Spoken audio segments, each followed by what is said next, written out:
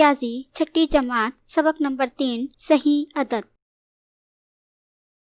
سب سے پہلے عددی خط کے لیے ہم ایک خط کھینچیں گے۔ اس خط پر صفر کے دائیں جانب اور بائیں جانب مساوی فاصلوں پر نقاط لگائیں گے۔ دائیں جانب کے نقاط کو مثبت اعداد بتائیں گے اور بائیں جانب کے اعداد کو منفی اعداد دکھائیں گے۔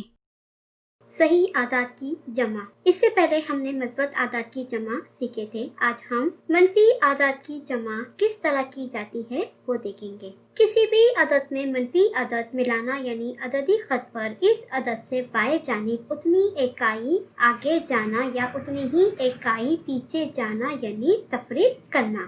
چلیے پہلی مثال حل کرتے ہیں۔ 3 جمع منفی 4 برابر کتنے؟ سب سے پہلے ہم عددی خط پر مثبت 3 پر جائیں گے۔ اس کے بعد بائیں طرف منفی 4 1 2 3 4۔ ہمیں جواب کیا حاصل ہوا؟ منفی 1۔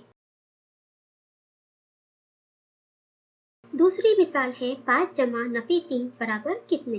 سب سے پہلے ہم عددی خط پر مثبت 5 پہ جائیں گے اور بائیں طرف کتنے جانا ہے؟ منفی 3۔ 1 2 3۔ کتنا جواب آ رہا ہے؟ مثبت 2۔ ہمیں جواب حاصل ہوا 2۔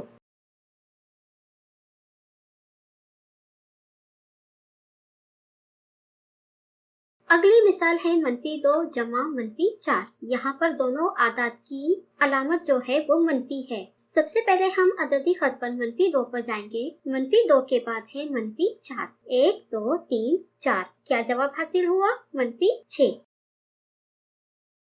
اگلی مثال ہے منفی 5 جمع منفی 3۔ عددی خط پر ہم سب سے پہلے منفی 5 کو ڈھونڈ کر منفی 5 پہ جائیں گے۔ اس کے بعد آگے کتنا ہے؟ منفی 3۔ 1 2 3۔ کیا جواب حاصل ہوا؟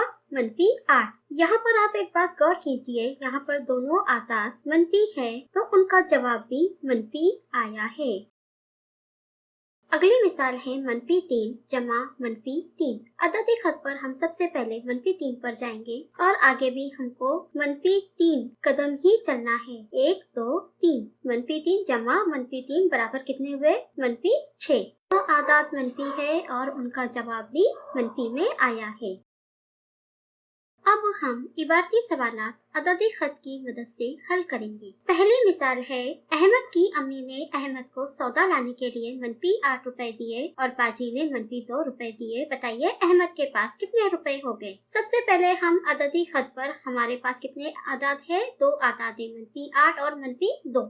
ہم عددی خط پر منفی 2 پر جائیں گے۔ منفی 2 پر جانے کے بعد آگے کتنی ہے؟ منفی 8۔ 1 2 3 4 5 6 7 8۔ جواب کیا حاصل ہوا؟ منفی 10۔ یعنی احمد کے پاس منفی 10 روپے ہو گئے۔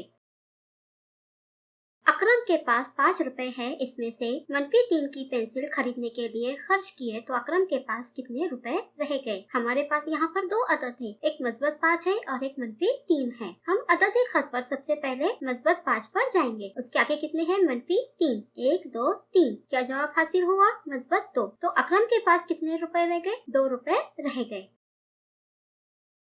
ابھی تک کہ ہم نے عددی خط پر مثبت اعداد اور منفی اعداد کی جمع کرنا سیکھے۔ اب ہم ان اعداد کے علامت کے اصول سیکھیں گے۔ مثالوں کے ذریعے صحیح اعداد کے علامت کے اصول۔ یکساں علامت والے صحیح اعداد کی جمع دیکھیں گے۔ 3 جمع 2 برابر 5۔ 5 جمع 4 برابر 9۔ منفی 3 جمع منفی 4 برابر منفی 7۔ منفی 6 جمع منفی 2 برابر منفی 8۔ مختلف علامت والے صحیح اعداد کی جمع۔ منفی 3 جمع 5 برابر مثبت 2۔ منفی 3 جمع 6 برابر مثبت 3۔ مثبت 3 جمع منفی 5 برابر منفی 2۔ منفی 4 جمع 8 برابر مثبت 12۔ یکساں علامت والے صحیح اعداد کی جمع کرتے وقت علامت کا خیال کیے بغیر اعداد کی جمع کی جائے اور آنے والی جمع کو یکساں علامت والی علامت لگائی جاتی ہے۔ یہاں پر آپ مثالوں میں دیکھ سکتے ہیں۔ اسی طرح سے مختلف علامتوں والے صحیح اعداد کی جمع کرتے وقت علامتوں کا خیال کیے بغیر بڑے عدد میں سے چھوٹا عدد تفریق کیا جائے اور آنے والی تفریق کو بڑے عدد کی علامت لگائی جاتی ہے، جیسے یہاں پر آپ مثالوں میں دیکھ سکتے ہیں۔ مثبت 3 جمع مثبت 5۔ اس میں